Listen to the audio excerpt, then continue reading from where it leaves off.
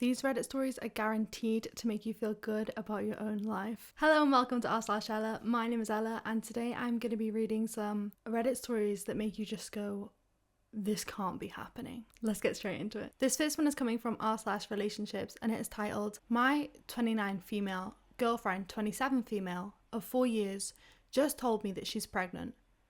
I'm a woman, so it can't be mine, but she swears she didn't cheat. What do I do? I'm still in shock, so bear with me. My life feels like a soap opera right now. Apologies, this probably will be long. Here's some background. My girlfriend Anna and I have been together for 4 years, with intentions of getting engaged sometime this year. To clarify, we are 2 women in a relationship. I am a lesbian, always have been. But Anna is bisexual and has had serious relationships with men in the past. This has never been an issue for us. We love each other and have had a healthy and stable relationship. But now, as you can imagine, I'm second guessing everything. What went down? In the last month, Anna had been complaining about putting on weight, particularly in her stomach area. Anna is thin and athletic, so the little belly she developed is noticeable. She has been going to the gym more and started eating much healthier than she usually does. We didn't notice any improvements with her weight loss, but I told her that it takes time and that she will eventually lose the weight. Pregnancy never ever crossed my mind, for obvious reasons. Last week, she really started freaking out about her weight gain, so she scheduled a doctor's appointment. She had the appointment yesterday afternoon, and afterwards she called me at work and told me that we needed to talk. I could tell that she'd been crying. I'm freaking out at this point now, thinking that she is terminally ill or something. I start tearing up, asking her to tell me what's wrong, but she insists on meeting me at home. I leave work immediately and get home to see her sitting on the couch, her face puffy from crying. I'm shaking and tears are streaming down my face. I ask her about the doctor's appointment and what is going on. She can barely get a word out through her sobs. She tells me that she went to the doctor and that they told her that she is 13 weeks pregnant. I stop crying, but my brain is trying to comprehend what she just told me. All I could say was, what? Over and over, she is still sobbing, saying she is so confused and she has no idea how this happened. I've never really seen her in a state like that. She seems genuinely upset and confused. But then again, so am I. As I started registering what is going on, I ask, did you sleep with someone? And she only starts crying more, swearing on her life that she didn't sleep with anyone. So I'm like, but you did. You're pregnant. There's no way that you didn't cheat on me. To which she replies, I have no fucking clue how this happened, but I swear to God, I didn't sleep with anyone. You have to believe me. We go back and forth for 30 minutes or so, both of us still confused. I told her that I needed to think. So I called a friend and spent last night at his. I've been talking with friends and everyone is confused, but agreeing that Anna must have cheated on me. I keep playing over our conversation in my head though. Like, if she knew that she had slept with a guy and that she could be pregnant, why would she go to the doctor? Why wouldn't she just have gotten an abortion secretly? She could have used a Plan B pill just in case. Like, she could have gotten away with this. Maybe I'm being foolish here, but it genuinely seems like she had no idea why she was gaining the weight in her stomach. A couple nights we talked at length about possibilities. Why she was gaining the weight just in the region, and pregnancy never crossed our minds. We live together and have similar work schedules. We both work 9 to 5 jobs. And if I'm thinking of the right week that this could have happened, there is nothing that stands out of the ordinary to me. There weren't any late nights or suspicious activity that would have concerned me. I feel like I'm driving myself crazy, and I feel like I can't trust her. She's been texting me, asking me if we could talk, and I told her that I just needed more time. I want to believe that she is telling me the truth, but I can't think of any other reason how she could be pregnant without having sleeping with some guy. But it's also confusing given the situation. So Reddit, what are your thoughts? Does my girlfriend have a case of lesbian immaculate conception? Or am I being a fool for doubting that she cheated on me? How do I handle this situation, and how do I talk to her? Everything feels so very confusing right now. Thanks in advance for reading. I definitely don't think she's cheating. I don't know what it could be, but I don't think she's cheating. Maybe it's like a Jane the Virgin situation. Have you ever seen Jane the Virgin? If you haven't seen it, on the very first episode, she goes for an OBGYN checkup and accidentally gets inseminated and falls pregnant that way. Obviously, I don't think that would happen. If it did, that would be a huge lawsuit. But I don't think that that's what's going on. But something, some kind of a weird explanation for why she's pregnant. I feel like when someone's being deceitful, you feel it in your gut most of the time. And I feel like when someone's not being deceitful, you can also feel that in your gut. Or like you just know that person very well. Like I know my boyfriend so well. I feel like if you came to me and was like, he cheated and I have proof, I would almost be in a way doubting the proof. But the difficult thing in a situation like that is when the proof is so blatant. Even though you know in your gut that that person wouldn't have done that to you, you also feel like you don't want to be one of those stupid people that stay with someone who cheated on you and just pretend it never happened, or just don't believe that it ever happened. I think it puts you in a really difficult position because you're like, if this person cheated on me, they're not the person that I thought they were, and I don't want to be with them anymore. But I don't believe that they are that kind of person, and so I don't want to leave them if they didn't cheat. But then also the proof that they cheated is so blatant that I should take that as proof and leave. But also in my gut, something's telling me that it's not, and it's just like such a hard situation to be in. I think you almost want that person to turn around and tell you like, no, yeah, I did do it. Because without that closure of completely knowing, you may feel like the person that you promised to believe and trust forever, you're not believing them and trusting them in this moment. And you have good reason not to, though. It's a very difficult situation. Obviously, some part of her believes that she didn't sleep with someone else, right? That's what I'm getting from the post. Anyway, let's have a look at some comments. The top comment says, I think you know the right answer here. You don't just magically get pregnant. Yeah, she could have hidden it and secretly gotten an abortion, but she in likelihood didn't think anything of it until it was too late. Maybe they used a condom and it broke, or he pulled out or something and she was convinced it couldn't be a pregnancy, or just didn't want to believe it. Denial is extremely powerful. Some people will deny till the day they die. But she's in a relationship with you, a woman, and she's pregnant. This isn't one you can deny. Logic says that she may as well have come clean. But good luck with that. 99.9% chance that she cheated. The only other answer is that she was drugged and essayed or something. But that's a big leap into let's find a way to rationalize the shit out of this zone. Good luck with this. My money is on she was unfaithful, as it's the obvious effing answer. Okay, no need to be so aggressive. You could have. I mean, I feel like Reddit comments are so straight to the point. They don't have any, tact about them, which I think that's what a lot of people turn to Reddit for, is to have like a completely objective outsider opinion on the situation. So I don't fault it, but it is just a bit like, whoa, okay.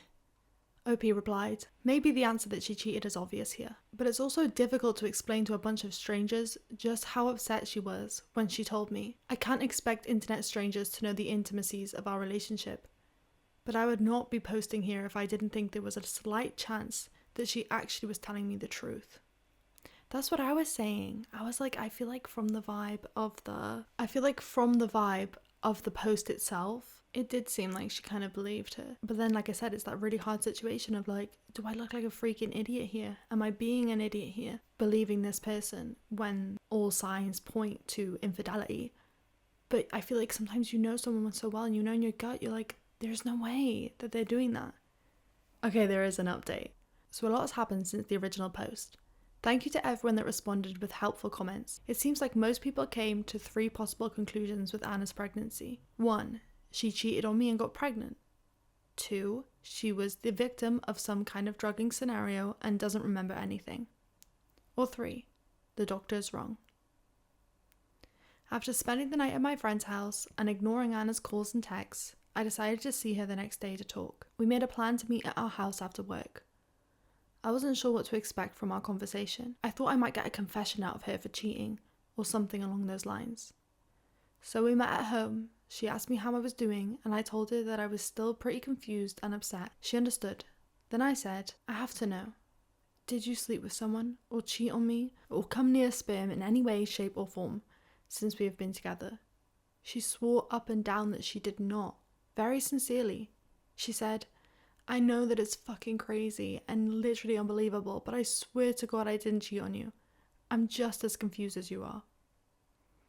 I still wasn't entirely convinced, so I asked her about the doctor's visit specifically. She did not get an ultrasound. They only took a urine sample. I guess she told them her symptoms.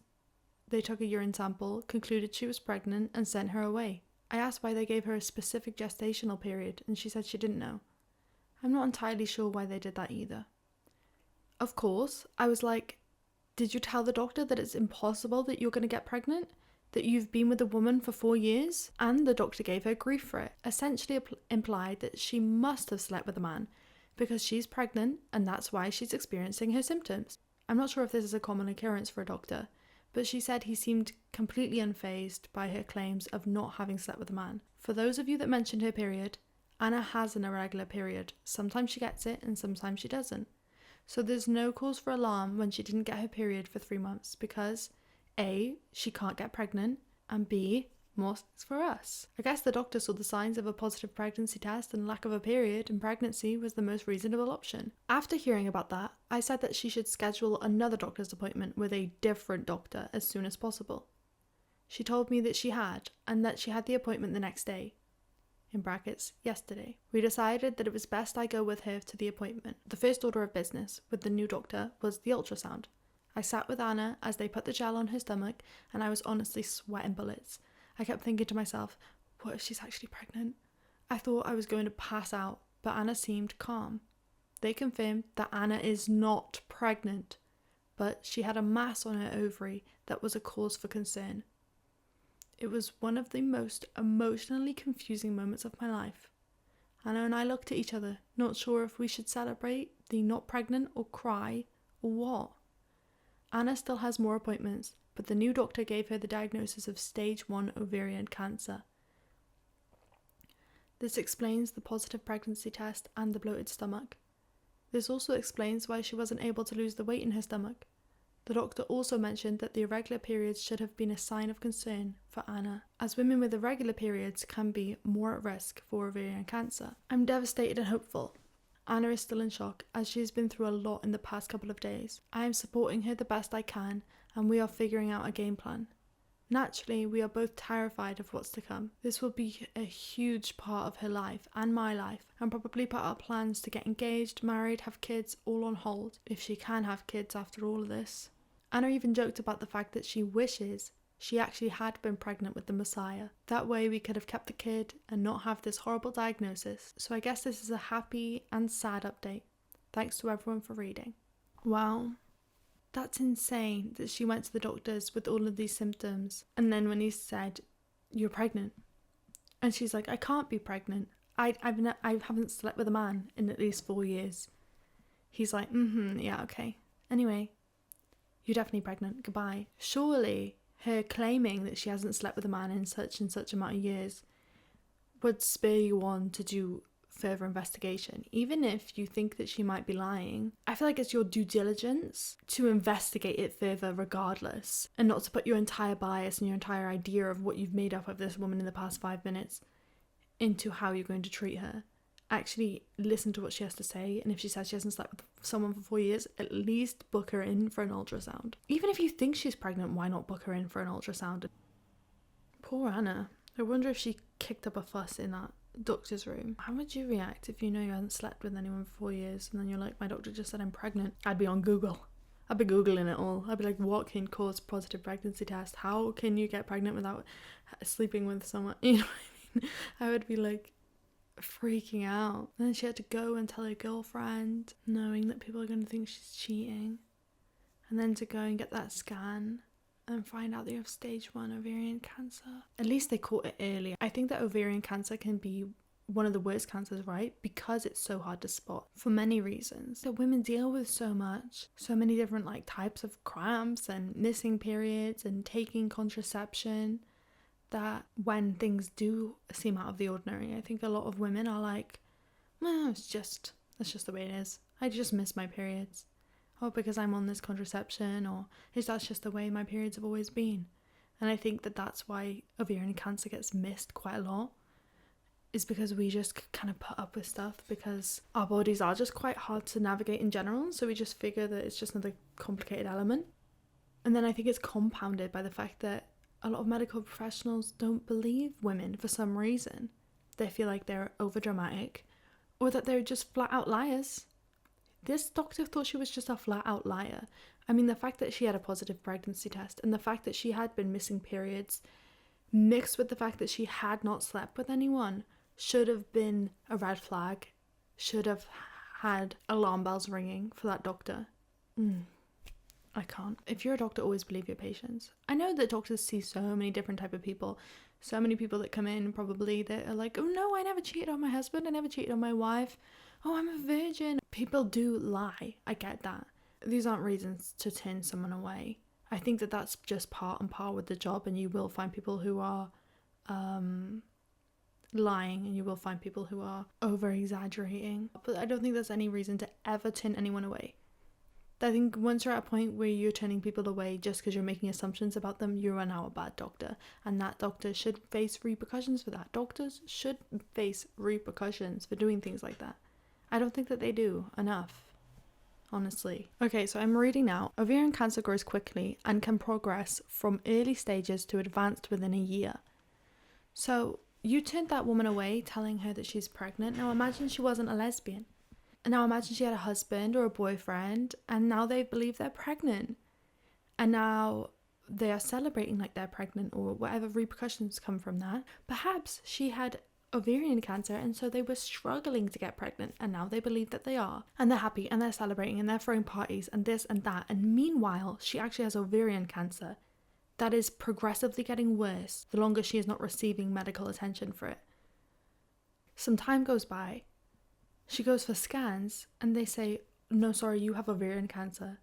And that time that you'd waited, now it's gone from being early stages and treatable to untreatable. This is people's lives that you're dealing with. Okay, let's move on. This second one is coming from r/relationship advice, and it is titled, my 32 female boyfriend, 36 male, deleted my dead brother from my Instagram friends, and he doesn't seem to understand or care that I'm upset. 6 years ago, my twin brother Sam died in a horrible accident on the freeway. It was one of the biggest accidents in our state. My comfort is that he died immediately. The police said he most likely had no idea anything was happening around him. Anyway, before he died, Sam was a huge social media user, mostly on Instagram and Snapchat. I never followed him on Snapchat, but I followed him on Instagram. He made thousands of posts about his life, friends, family, music.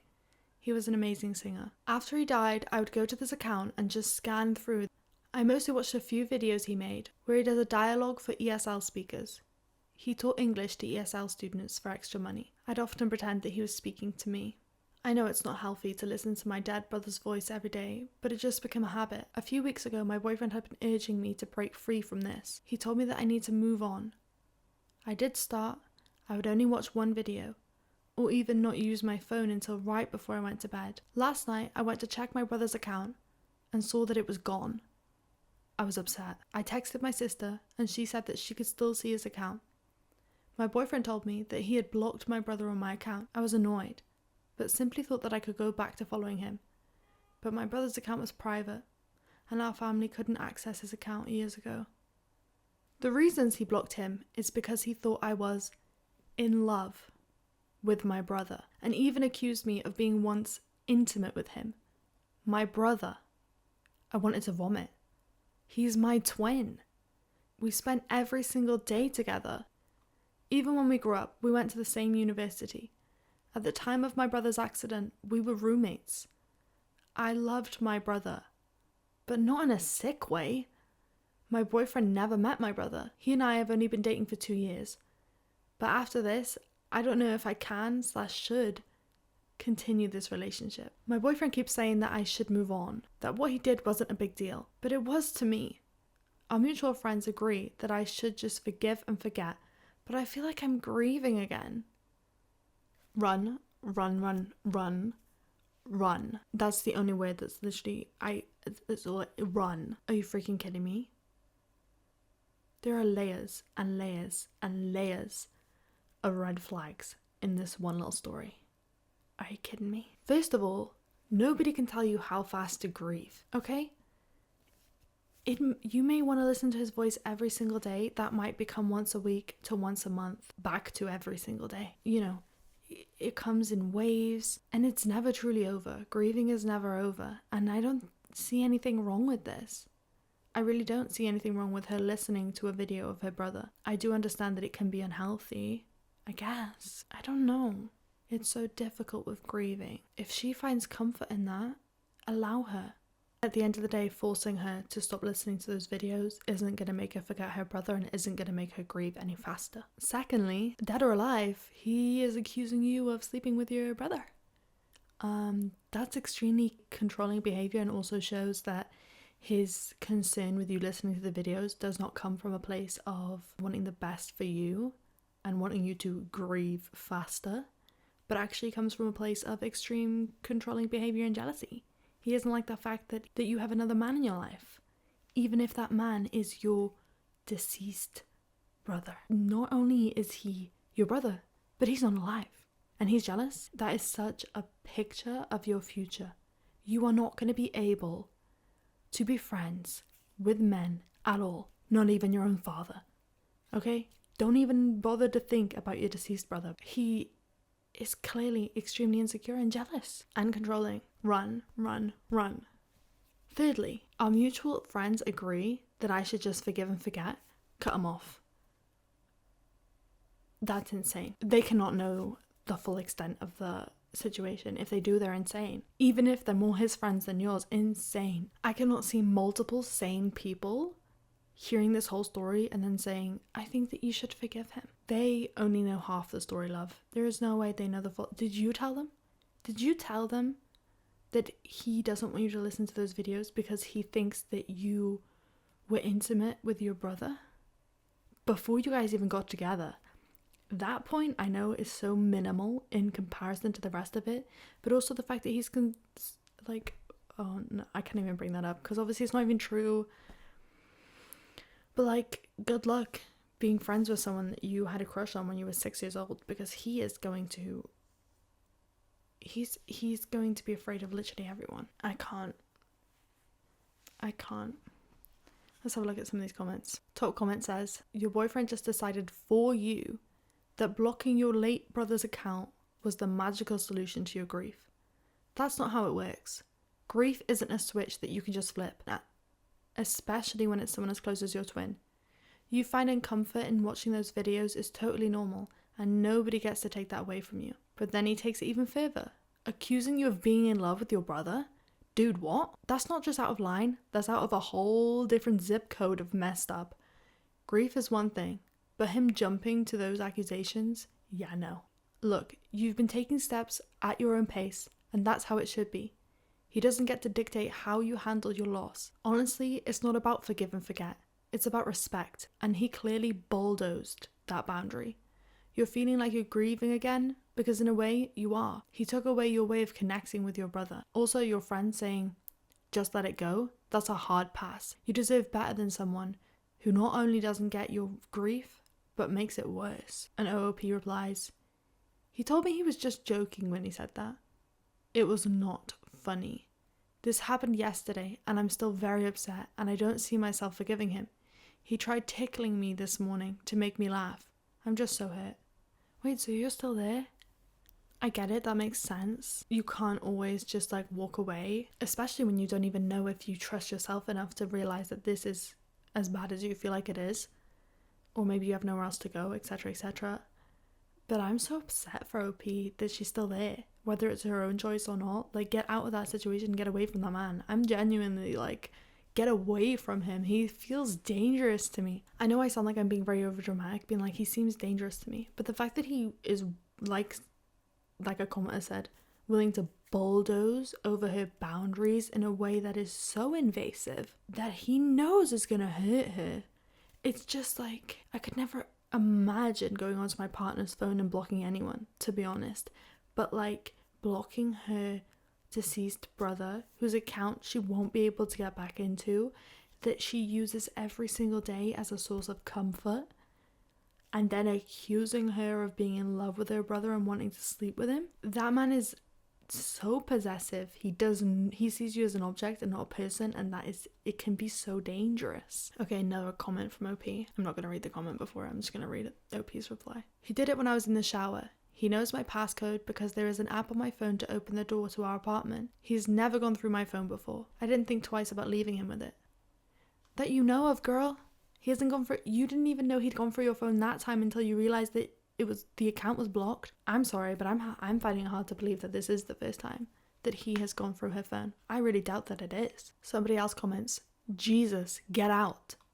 And OP replied, I have to. I honestly don't see myself forgiving him. My sister is allowing me to use her account so the pictures aren't gone. But still, why? Why would he do this? Yeah. Why would he do that? Okay, are you guys ready? Because we do in fact have an update. I gave it a few days for me to calm down, but this was just a breach in trust. He still thinks I'm overreacting. And I've also cut ties with our mutual friends. They were mostly his friends. This incident made me realize I need to spend more time with my family. I've been chatting more with my sister. After Sam's death, I was a bit cold towards her, but she has helped me a lot these past couple of days. Also, thanks to some amazing people on here, we were able to get into Sam's account. I'm now the owner of it.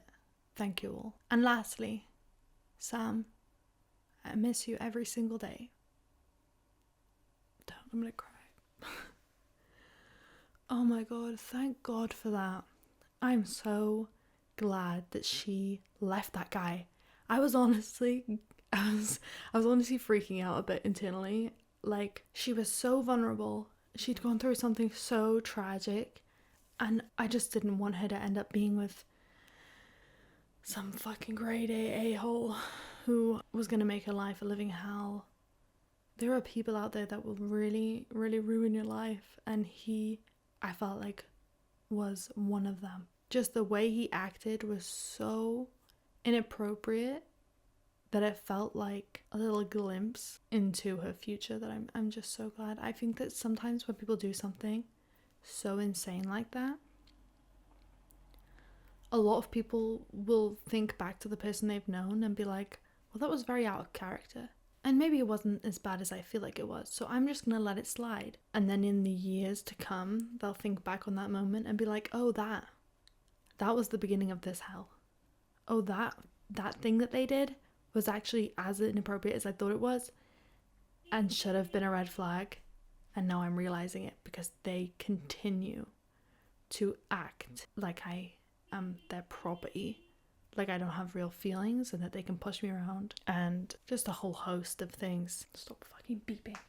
They can hear you. Okay guys, we have one last story, and this one is coming from r/Legaladvice, and it is titled, Homeowners Association insists my sister and I are not a single family household and that one of us should move out. We've lived here all of our lives. I'm 21 and my sister is 19. We've lived in this house our entire lives. Our parents bought this house 27 years ago. They joined the HOA about 15 years ago. My dad died 5 years ago. Mum died 6 months ago. We are now the owners of this house. We've been visited by the HOA multiple times. They're citing that we're not a single family home anymore since our mum died.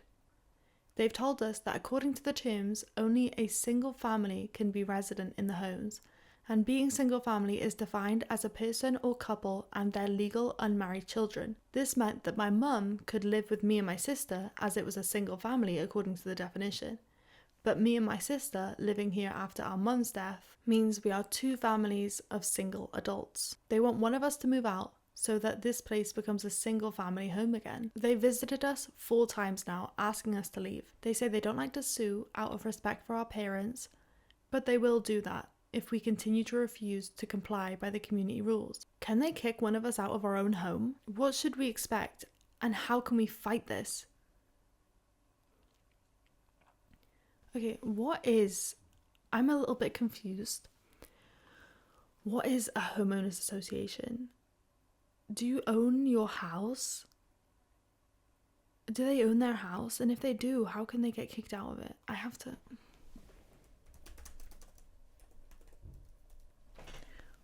Right, so I've looked it up, and if you buy a home in that community, You have to be a part of that community's homeowners association.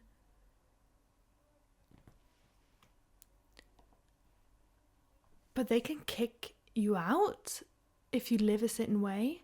That doesn't make any sense if you own the house. I feel like this is very popular in America. I hear about it a lot. I've never heard about it in the UK. Do you have a copy of the HOA regs, and have you read through them to verify that what they are saying is actually true? OP replied, I couldn't find a copy in our documents. I have asked them every time to send us a copy of the terms, and they always say they will, but nothing has ever come of it. Okay, so that's a bit dodgy. That's a bit dodgy.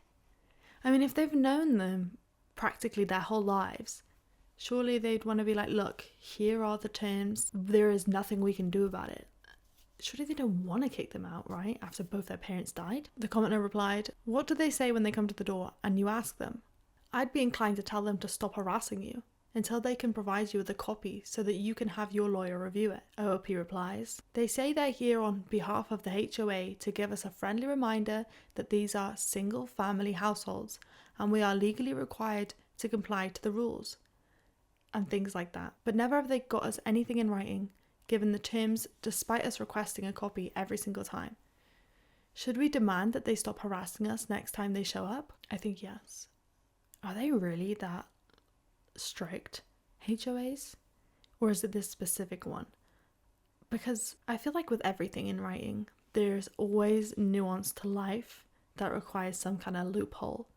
Like, if you live here, there is one family, and then someone in the family dies, and that now means that somebody else has to find somewhere else to live. I think that you should move anyone into your house that you want to. You know, when you look at different cultures and stuff, some families live together, you know, triple generations from grandparent all the way to grandchild. And that's just how they do it. So how do you define family? Is it the all-American nuclear family? It can only be, you know, mum, dad, and 2 kids. What does a single family even mean? Because how can a brother and sister be part of a single family only when a mother's involved, and when the mother is no longer involved, the brother and sister are now 2 different families? That doesn't make any sense. So why are they following up on it so hard when they know the situation surrounding why the 2 kids live there? Do they want the property? That's what I'm feeling. Like, is it that they want someone else to move into the property? Maybe they don't want 2 young adults living in their neighborhood without supervision. I don't know. But we will find out, because there is an update. So I first confirmed that they are the HOA, not just some people harassing us for the fun of it. We also got the CC&R of the HOA, which included a clause about single family and its weird definition. It included partners, children, grandchildren, parents, grandparents, step-parents, stepchildren, uncles, aunts, nieces, nephews, children of uncles and aunts, children of nieces and nephews, but no siblings. It even had a clause that said co-owners are not allowed to live there unless they are a single family based on the definition. We also received a letter from them telling us of our violation and demanding us to comply. So my sister and I went round the neighbourhood and gave copies of the terms and the letter we received to everyone and told them, imagine you died tomorrow. Do you want them to kick out your kids? Because that's what they're doing to us. They will do it to your kids as well. Help us stop them. We gathered signatures and had almost everyone contact the president and demand that this should stop. Within 2 weeks, we received a letter that says, this has all been a mistake, with an apology. We learned that this HOA is horrible to everyone, not just us.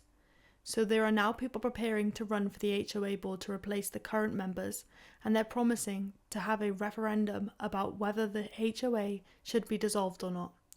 Because it really is doing nothing of substance except being a pain in the butt for everyone. Wow. I love that they were so proactive with it and got the neighbourhood all together to kind of stand up and say, this is not what we want. Because that's what I imagine a HOA is for. I actually still don't really understand what it's for, but I imagine that it's to benefit the community as a whole. So that's why I was so confused. I was like, this doesn't benefit the community. And the community has spoken and said, yep, we don't agree with this. Which is absolutely great, as it should be. And I hope that they get rid of that HOA, because they're obviously fussing and worrying about things that actually don't matter, that actually don't benefit the community, and that actually are of a disadvantage to the community, to the people that own those houses, to the people that pay the HOA. But that's all I've got for you today. Thank you so much for joining me for these 3 insane Reddit stories. I really enjoyed reading them. I will be here for you every Monday and Friday, and I will see you on Friday. Bye!